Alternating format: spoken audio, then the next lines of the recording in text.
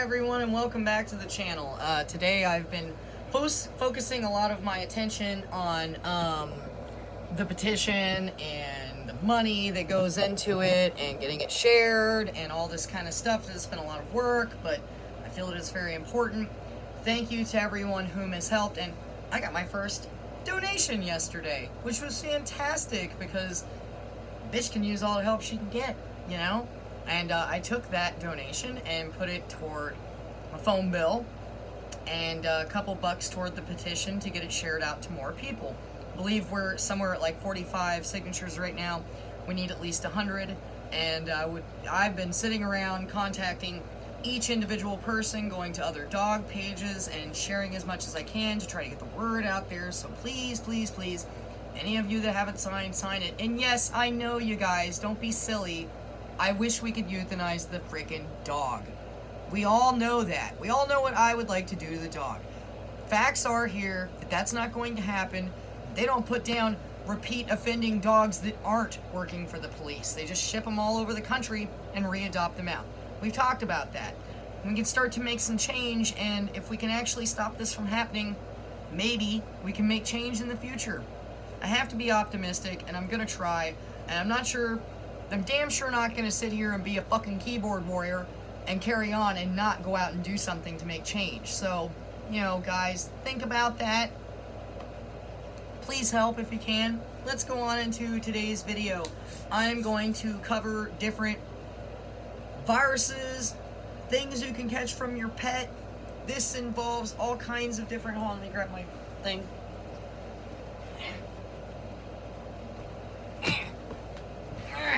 This is a topic suggestion from someone who wishes to remain anonymous. And these are diseases and things that transfer to humans from dogs, like rabies, hantavirus, tapeworm, polio, Lyme disease, Ebola, Salmonella, Toxoplasmosis gondii. There's so many things that people get. I don't think we could ever make enough videos about how dirty these damn things are and how they don't belong in the house. So let's get right into it. I've pulled up a couple articles to read off of and give everybody an idea. This is something I touched briefly on in another video. We're just going to go back over it. I missed a couple things. Some of them will be repeats, some of them won't. I have been super busy doing a whole bunch of shit. And so today might be my only video. I might do another one later. I'm just putting a lot more effort into getting the petition out. So hey, you want me to make more videos and get back to doing dog rants and being an asshole and talking about kicking things in the nuts, because obviously that's something you're all obsessed with? Then sign the damn petition so I can get back to work. And hey, anybody who wants to donate, man, that was so helpful yesterday. It totally enabled and encouraged me to be able to do more. So hit me up if you're interested. I put my damn email in the comments all the time. It's directly linked to my PayPal. Help a bitch out, you know? Shit. So my business is slow and moving at the moment. Son's just back to school, so I still have time for some of these things. You know, I would have more time to keep doing this and helping attack victims, making rant videos about how much these things suck ass and everything else. So every little dollar helps, trust me. But that's neither here nor there. I'm going to keep doing this regardless of any of that. Let us go on and talk about this. So it's, you know, dogs, cats, parrots, hamsters, and snakes and rats. You know, these are the things we like to keep in our house. I'm going to try to keep them mostly dog, but there's certain things that come from multiple critters, like, you know, Lyme disease coming from ticks. Now, ticks can be drug in by your dog, your cat. Not you guys. Most of you guys are smarter. Some of you guys do have dogs. This is for everybody to hear me out here. You know, these things can be drug inside by multiple critters, so let's go on into that. Oh, jeez. And this is a dog lover site that I'm first going to read off of. And then I'm going to go into some other stuff that's not so dog-lovey. Ringworm. And it's not actually a worm, but a fungus. For those of you that don't know what ringworm is, commonly picked up from dogs and cats. I remember when I first got ringworm, I was like 9 years old, and I was holding a cat, you know, like this, up by my body, trying to hold it, and By the next day, I had these big patches up and down my arm. It's a fungus. Dogs and cats, especially kittens, are among the animals most often infected, and the fungus may cause small areas of hair loss in the pet. So a lot of people will think that it's sarcoptic mange or a type of mange.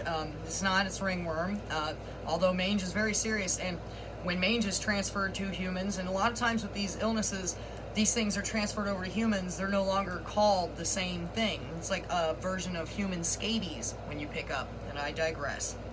And it may not cause symptoms at all. It can cause red itchy spots with a scaly ring around them on the scalp, feet, groin, and other parts of the body. So just by having these damn things around and exposing yourself to them, you can end up with patches of fungus on your junk. Fuck, fluffy. It's literally in a hair shaft, so if the animal rubs against the skin, you'll get little bumps or rings. This is the director of emerging infectious diseases at the University of Iowa's College of Public Health. I've got my little horse with me. I'm just swinging it around while I'm talking. Ringworm is typically treated with common antifungal medicines. Best prevention is making sure your pets get regular veterinary care. If you guys want to know a hack we use on the farm to get rid of ringworm, bleach. It's super not good to be putting on your skin, but neither is having a fungus living in it either. So we would take cotton balls and put on the bleach. And so here's one thing that is certainly and well known to be transferred from dogs and pets to humans. Not to mention, if you don't treat these kinds of things and they take over your body, you're talking far more serious infections from not taking care of it, okay? Let's talk about rabies real quick, which could be a video topic all on its own. But let's touch on it a bit, because 59,000 people die a year from rabies. It's rare in the U.S. It's just as rare as dog attacks. But when it happens, it's devastating. Around the world, more than 59,000 people die a year after being infected with the virus. It usually comes from a dog. It's completely preventable, okay, by vaccination. But I'm not trying to be a dick, and I'm not going to argue with anybody about vaccinating or not vaccinating or anything. It's your business. But plenty of people get rabies from dogs that have been vaccinated. Okay, that does happen. A dog can be vaccinated for parvo and still get it. You know, so it may increase your immunity, but that doesn't mean that you're just not gonna get it. God, I would say something about old. What term do I want to use? I'll call it COVID 420. But I'm afraid they'll take the video down just for me saying it. So people do get that after they've been vaccinated, and in fact, never mind. I'm not, because then, like I said, the video might get taken down. This is something maybe I'll talk about later. Rabies is actually more common in cats than dogs. Okay, now, he's a professor of zoonosis at the University of California, School of Veterinary Medicine. Now, remember, this is a dog propaganda site, so part of you has to go, like, really? Because right here you say it's more often comes usually from a dog, and then down here they're like, oh, it's a cat, and people are less likely to get their cats vaccinated. And while we touch on that, let's just go ahead and say cat scratch fever, okay? Which can also come from the fleas that live on cats. So remember that also means that in rare circumstances, you could get that same illness from a dog. Tick-borne illnesses like Lyme disease may be the most famous tick-borne disease, and one that is largely confined to the northeastern United States. I actually have known a couple people who have suffered with Lyme disease, and it will cause immune disorders and problems for the rest of your life, okay? Pets don't spread the disease to the humans themselves, but they bring the ticks in, and that's where people get it. That's what a friend of mine got from a tick, right, in Texas. So cats go out and hunt things, they're more likely to bring in ticks that have diseases on them, but the same can be said about dogs depending on how your dog functions, where you live. That's why it's so much more common in the northeastern area, because of grasslands and trees that actually provide an environment for ticks to live in, versus here in the desert where it's a little less likely. You really don't run into that kind of stuff. Best way to prevent them is to protect the animal. There are ticks everywhere in the United States, so like I said, they're here too, but just not as many. Salmonella. This is usually associated with food poisoning outbreaks, but people who have reptiles or rodents, because the animals can appear perfectly healthy, shedding bacteria. Now, it's known that this can also come from other critters, but moreover, like dogs and stuff, right? from like turtles, which causes a huge problem with people. Once again, they'll point out, like, wash your hands, wash your hands. That's pretty obvious. So that's a cat-related disease.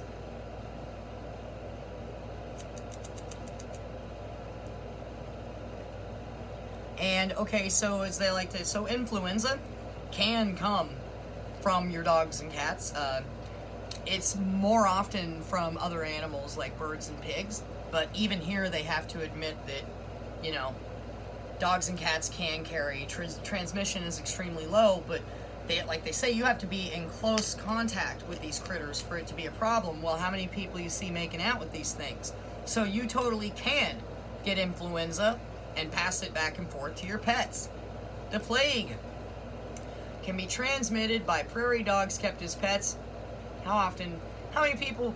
Is there an awareness channel? Okay, I know it happens sometimes. People have prairie dogs for pets, but let's talk about the dogs and cats here. Like, oh boy.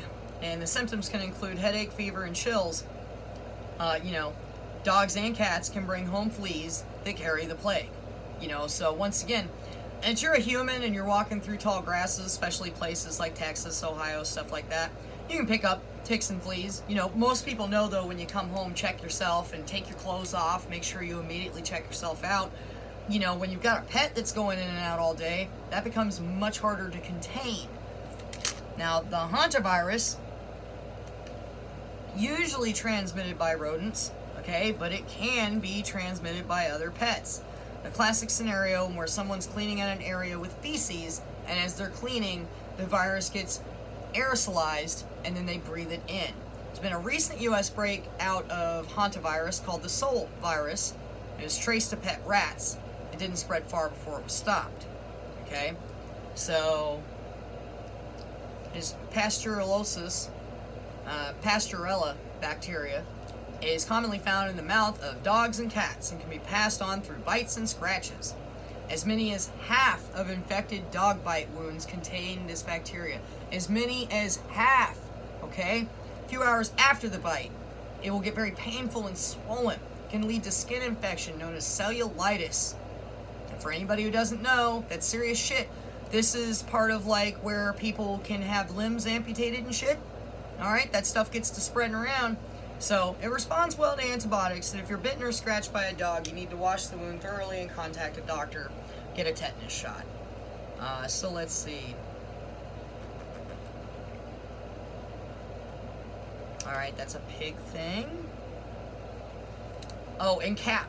We talked about cap, and I'm going to destroy this word again. Capnocytophaga. Yeah, I even looked it up and forgot how to damn say it again. I've got MS. Stop making fun of me. This bacteria is transmitted by dog or cat bites. It's very common. Oh, it's not very common, and when it occurs, it is very, very bad. It's more likely to be severe in people with weakened immune systems. Multiple sclerosis. The first reported case was in the 1970s when a veterinarian was bitten by a dog. He'd been in a car accident and had his spleen removed prior, so his immune system is dropped. So this isn't just the thing about cancer or immune disorders or anything. It's, you can just simply have a small surgery or this and that, or perhaps you were just born with a weakened immune system. With the way we all eat and take care of ourselves, the way we don't hydrate, all of our meat is coming from CAFOs and factory farms, the animals stacked on top of each other, shitting on top of each other, and then we're eating that shit. They're filled with antibiotics. This shit's becoming more and more common, okay? It won't make the pet sick, but it'll cause fever, vomiting, headaches, and diarrhea in people. The infection progresses to blood poisoning, people. Just these few things we've already read. It should be illegal for people to have these damn things in their house. 30% of people who become infected die of CAP. Flat out, that's crazy. Let's see about this. Okay, another one. That Campylobacter. That's right. And see, like I said, I read all these, and I'm like, shit, I should start writing it down. It's one of the most common causes of diarrheal illness in the world. Okay? Infection with the bacteria usually comes from contaminated food or water, but you can get it coming into contact with pet feces. That was the source of an outbreak that infected 113 people in the United States in 17 states recently. The common link? Petland stores. All of the people were employees, customers who had visited a home with a new puppy from Puppyland. So Puppyland was spreading camp all over the place, killing people. Generally, camp is not life-threatening, but it can cause severe illness if you're young or old, or you have a weakened immune system. Pet stores have a higher likelihood of carrying the bacteria. And let's see. Yeah, wash your hands. We get all that.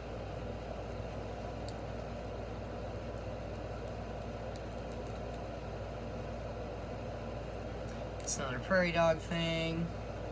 Okay, so let's back out of this article and let's go to a little bit more about rabies. Okay, it's been reported in 155 countries and on every continent except Antarctica. There's dogs up there too. It's probably the cold, you know. WHO also reports that millions of people each year receive vaccinations after dog bites. Okay. Symptoms are fever, fatigue, headache, increasing pain at the site of the bite, unexplained tingling, prickling, and burning at the site of the bite. Furious rabies is a more common form of rabies. Symptoms that arise from furious rabies are hyperactivity, hallucinations, insomnia, thirst, trouble swallowing, and even panic when presented with something to drink. Maybe I have rabies. Furious rabies. I'm furious about rabies. Ah! Within a few days, death results when the heart and lungs shut down. I think I'm alright. There's paralytic rabies. Okay? Counts for about 30% of all rabies infections in humans. Equally fatal, the paralytic form of rabies takes longer to develop. Muscles will become paralyzed first at the site of the bite, and paralysis then progresses throughout the body. And you know how many people get bit by these dogs and don't turn it in or say anything? That's dangerous, playing with your damn health there, people. So, jeezy Pete. So yeah, guys, let's, real quick, because I thought I had it up here, but apparently I don't. I wanted to talk a bit about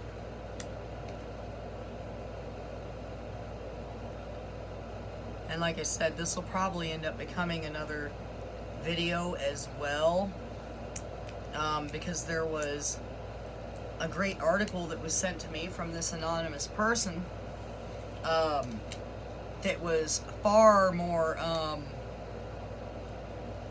in-depth. And dogs can be infected by the Ebola virus, but they exhibit no symptoms, and their infection will clear up. That's not going to help when they pass it to you. Dogs in Africa developed antibodies when exposed to Ebola virus in the field and did not become sick. So, here's to someone in Springfield, Missouri, talking about Ebola and dogs. And they all keep like going back to a study from 2001 on African dogs. Here we go. That's one of the articles I was looking for. Go away.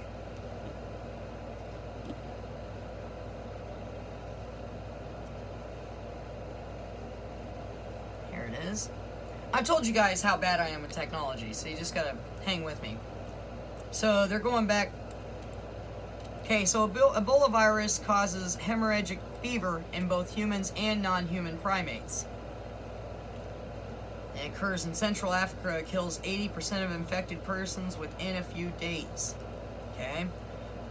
The index patient is often infected by an animal source, which indicates that Ebola hemorrhagic fever is a zoonotic disease. During the past 3 years, Ebola outbreaks due to Ebola virus C have struck the region of Central Africa, the Republic of Congo, and caused 334 deaths among the 428 reported human cases.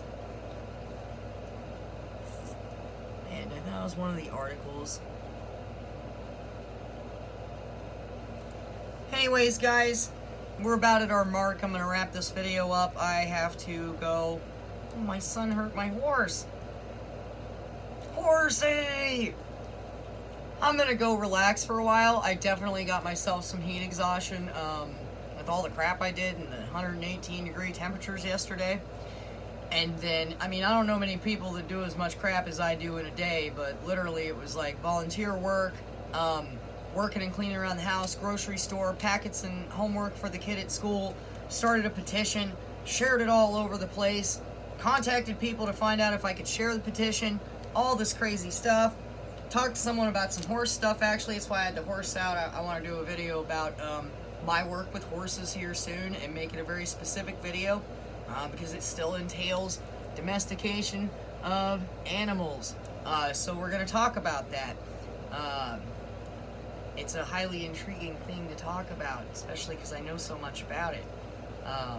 So let's go on and wrap this up for now. I definitely need to relax. If I haven't answered some of your emails or covered some of your topics, guys, I got a little swamped. People have been sending me so much stuff, and so in fairness, just remember that I'm swamped. And hell, if someone wants to volunteer to help me do research and send me articles that I can actually, because otherwise I have to like get the article you guys send me, do all the research, write it all down. This whole notebook's full now, and my roommate gave me a new one. And I had to go buy pens because all my pens died, and so the mess goes on and on. So I'm gonna take a breather. The weekend's coming up.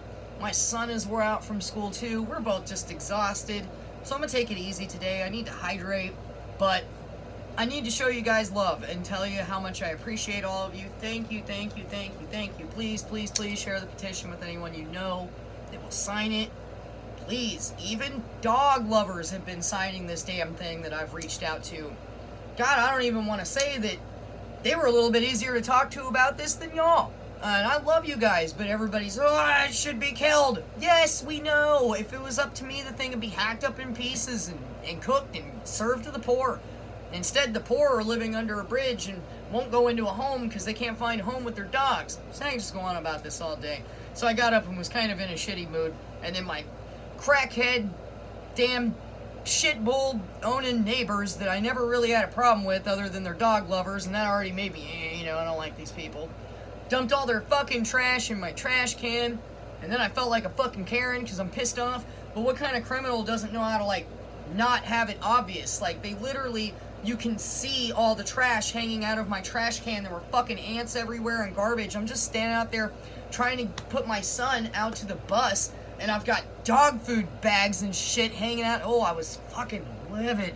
So I wrote a sign, and I'm getting a camera, and I'm going to hang up. And those sons of bitches got it coming, because I'm going to get an ultrasonic fucking emitter and start shutting everything up around here. No more Mr. Nice Guy. You sons of bitches out here playing in my trash like the trash pandas you truly are. Fuck Fluffy. So anyways, thank you all from the bottom of my dog-hating heart. I appreciate every one of you more than you may ever know. Anybody who wants to try to help out, I always encourage you guys to send articles and stuff like that. That doesn't mean that I'm gonna immediately make something on it. Hey, anybody who knows how to write or wants to help, if you guys want to write stuff for me to sit down and I'll improvise and add my special Ashley Fuck Fluffy flair, dude, please help a bitch out. That would be great. Otherwise, the content's gonna take longer, and I'm kind of dropping back to like one solid video a day with a couple small shorts, and I would like to continue pressing out content. So hey guys, I'm open to anything. I'll put all the links in the comments like I usually do. I'm not gonna link these articles because some of these are fucking stupid. I was just using them as reference points. Thank you guys, much love. See you on the next one. Take care of yourselves, protect yourselves. Humans first. Fuck Fluffy.